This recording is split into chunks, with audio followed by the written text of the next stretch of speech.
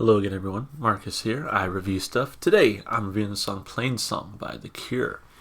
This song comes to you as a request from one of my viewers. So as always, if you want to request something, just leave it in the comments, and I'll be sure to add it to my list. So I don't think I've heard anything by The Cure. I can't definitively say that. If I have heard something from them, I know that it's not part of my normal playlist. So I guess we'll find out. We'll see. So just going into this one, hoping for a good song. So let's check it out. Not much else to say. Let's do it. Again, this is Plainsong by The Cure.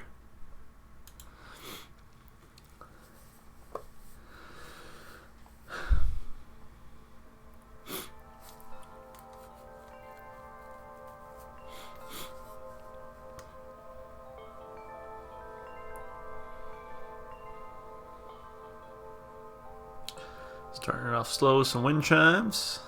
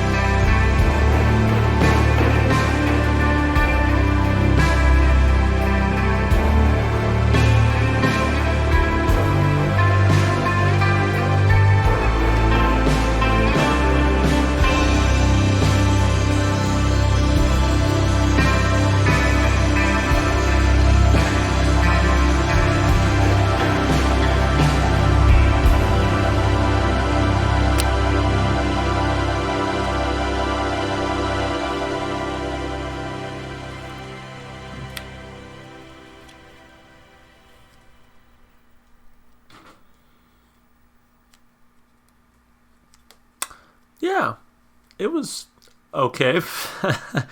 I gotta say, it didn't really grab me like I was hoping it would right off the bat. Um, I can see why some people would enjoy that song. I just don't know if it really did it for me. I don't know. That might just be the mood that I'm in. Maybe just looking for something a little bit more high energy, fast paced. Whereas this one was definitely sort of a dreamy, kind of almost withdrawn take on it. I liked it. The thing is, like, I liked it. I liked the guitar, the vocals. I think were all right. I just it didn't quite grab me. The investment wasn't quite there to begin with. So I still am interested to kind of take a deeper look at this and really think about the song as a whole. So let's go ahead and do that just now, starting with the lyrics. So the opener to The Cure's magnum opus Disintegration is as grandiose as the album itself. Its lush orchestral melodies introduce the album for over 2.5 minutes before Smith eventually adds vocals. Plainsong is the name given for Gregorian chants and other Catholic liturgies. The track has an enchanting, almost trance-like meter similar to that of a religious chant. Yeah, I can definitely grab that. I definitely felt like it was trance-like in a lot of ways. Yeah. The song outlines a somber, introspective conversation happening between two people, sung in Smith's less often used soft delivery. It has no verse/chorus structure, but rather a back and forth with the lines spoken in the first person repeated. The recurrent sound of chimes and flowing bass lines set the scene of a cold wind or quiet storm, establishing a bleak mood that carries forward throughout the album. Yeah, I definitely got that. Okay, so pretty bleak album in general is what it sounds like. But I can definitely appreciate what they're going for here, I guess, stylistically with the chimes and sort of that having that feel of like sitting on your back porch during like a windy, sort of rainy day and just having a conversation. I definitely get sort of that vibe that they were going for. I don't know if it really worked for me today. It might just be one of those songs I have to come back to in the right mood. But, well, let's take a look at those lyrics. So, I think it's dark and it looks like it's rain, you said, and the wind is blowing like it's the end of the world, you said, and it's so cold it's like the cold if you were dead, and then you smiled for a second. I think I'm old and I'm feeling pain, you said, and it's all running out like it's the end of the world, you said, and it's so cold it's like the cold if you were dead, and then you smiled for a second. Sometimes you make me feel like I'm living at the edge of the world, like I'm living at the edge of the world. It's just the way I smile, you said. Interesting. So I'm going to click on this here and see what Genius has to say about these lyrics. The person is in company of somebody who relates the day's dismal weather to their emotional state and outlook on life. Note the similarities in the highlighted lines of their content and cadence. I feel like people are much better about talking about music than I am. In Sigmund Freud's 1928 book Wit and its relation to the unconscious, he argues that laughter is a coping mechanism to deal with the pain of everyday life. Boy, was he right about something. He gives the example of a prisoner about to be locked in the gallows who says to his guard, well, this is a good beginning to the week. The joke serves a distraction to accepting the painful reality of the situation. I kind of get that. To me, I read this as someone who's like dying or wants to be dead, and they're kind of fine with it, right? And it's so cold, it's like the cold if you were dead, and then you smiled for a second. And that part gets repeated. So, and right here, I think I'm old and I'm feeling pain. So it's either someone who is like old and getting ready to pass on, or it's someone who maybe has an old soul and they feel like they no longer belong and they're just ready for life to be over. Definitely brings that somber take. I can see why a lot of people would like this song. I feel like it says a lot while still just saying so little. What I mean by that is just that there's very few lines to this song, but I feel like those lines are jam-packed with meaning, especially for some people who maybe grew up with The Cure and have listened to their entire discography. Obviously, this is literally my first encounter, my first experience with this band, so I'm not, I wasn't really sure with their style coming in. But like I said, I think lyrically it was interesting. I liked it lyrically for sure. 2 thumbs up there. I think instrumentally, though, it just kind of, again, maybe it's just my mood for today, or maybe just it's because I haven't heard much else from them. But I just feel like instrumentally, it didn't really do it for me. The chimes, I think, were a nice little touch, and it definitely captured, I think, that environment they were going for. Like I said, sitting on your back porch, talking with a friend, listening to the wind chimes as it rains and as the wind blows by, that kind of thing.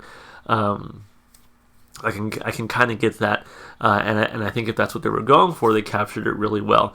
I just that 2.5 minutes of just like instrumentation, I don't think was interesting enough for me to really buy into the song right away. It actually wasn't until his vocals came in that I was like, okay, I can kind of start digging this song a little bit. But I'm wanting to go back and listen to it again, just because whoever made up this sort of genius little about section here, I think they just did a great job describing, right? I mean, look, its lush orchestral melodies introduced the album for over 2.5 minutes, and that's not how I would describe the first 2.5 minutes of the song. So I'm wondering if I should go back and re-listen and kind of really pay attention to each individual piece and how they contribute to the song. Regardless, instrumentally, it just, like I said, it didn't quite do it for me on the first listen. And I will say, I said something very similar about the Smiths on my first listen to their very first song I had ever heard, which was I Know It's Over. I just could not get into it on that first listen. That song is now one of my favorite Smith songs, and it is easily on like every playlist that I have that has the Smiths on it. I mean, it's to me, it's a great song. It's a fantastic song. I just didn't get it the first time. I needed a few listens to really sit comfortably with it. So I'm hoping this song will be like that, where it's not. I didn't really dig it this time, but maybe if I give it a couple more listens, I'll really find something that I really appreciate from it. So that is the sort of detriment of being a reaction channel, is that you get to see like my first time listening to it unfiltered, with no other context. But as we build context, as I hear more songs from The Cure, as I re-listen to this song, could be that I like it. We'll see. But for now, I'll give it like a sideways thumb. Like it wasn't bad, obviously. It just didn't really capture me on this first listen. So I'm hoping on the second listen we'll trend in this direction a little bit. So as far as replay value goes, like I said, I didn't really dig it the first time. I definitely want to go back and listen to it again, because I feel like perhaps in the right context, I think I could really enjoy this song. I think there is something there for me if I really pay attention. But as of right now, I can't say it's going to go on the playlist until I sit with it maybe a little bit longer. We'll see. So sideways for that one also. Overall, not a bad song. There was definitely nothing like just egregiously bad about it. There was nothing that I was just like, man, I didn't like the way that sounded. Like, it sounded fine, and that's the thing too. It almost pains me to like not give it a thumbs up for all these other things, just because it sounded fine. I think this comes down to personal preference. Something I didn't really vibe with on the first listen. So still not a bad request. Thank you so much for whoever requested it. If you want to hear more from The Cure, just drop it in the comments. If you want to give me something that you feel like is necessary for a first time listener of The Cure, definitely suggest those songs to me. But looking forward to interacting with this band a little bit more here in the future. So thank you so much for your request. If you enjoyed the music, of course, go support the artist. Go listen to their music wherever you can.